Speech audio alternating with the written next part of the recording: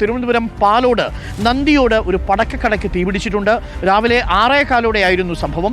ആളപായമില്ല. ആ സമയത്ത് ആരും കടയിലില്ലാഞ്ഞത് വലിയ അപകടം ഒഴിവാക്കി.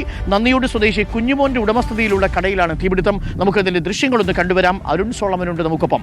അരുൺ സോളമൻ, 6:15 കൂടിയാണ് തീപിടുത്തം ഉണ്ടായത്. കടയിൽ ആളില്ലാതിരുന്നത് കൊണ്ട് ആളപായം ഒഴിവായി എന്ന് വേണം കരുതാൻ. എന്താണ് തീപിടുത്തത്തിന്റെ കാരണമായിട്ടുള്ള പ്രാഥമിക നിഗമനം? ലൈസൻസൊക്കെയുള്ള കട തന്നെയാണോ ഇത്? അരുൺ, വലിയൊരു ആശ്വാസം തന്നെയാണ് നമുക്ക്. കാരണം ഇന്ന് പുലർച്ചയോടുകൂടി ഈ അപകടം നടന്നതുകൊണ്ട് തന്നെ ജീവനക്കാരൊന്നും തന്നെ ഈ പടക്കക്കടയിൽ ഇല്ലായിരുന്നു എന്നുള്ളത് തന്നെയാണ് പ്രധാനമായിട്ടും. അരുൺ ചോദിച്ച ചോദ്യത്തിലേക്ക് വരാം. ഇതിൽ ഇപ്പോൾ ഈ പാലോടുള്ള നന്ദിയോട് പ്രവർത്തിക്കുന്ന പടക്കശാലയാണ് ഇപ്പോൾ തീപിടുത്തം ഉണ്ടായിരിക്കുന്നത്. ഇവിടെ ഇപ്പോൾ ലൈസൻസോടുകൂടി പ്രവർത്തിക്കുന്ന ഒരു കട കൂടിയാണ്.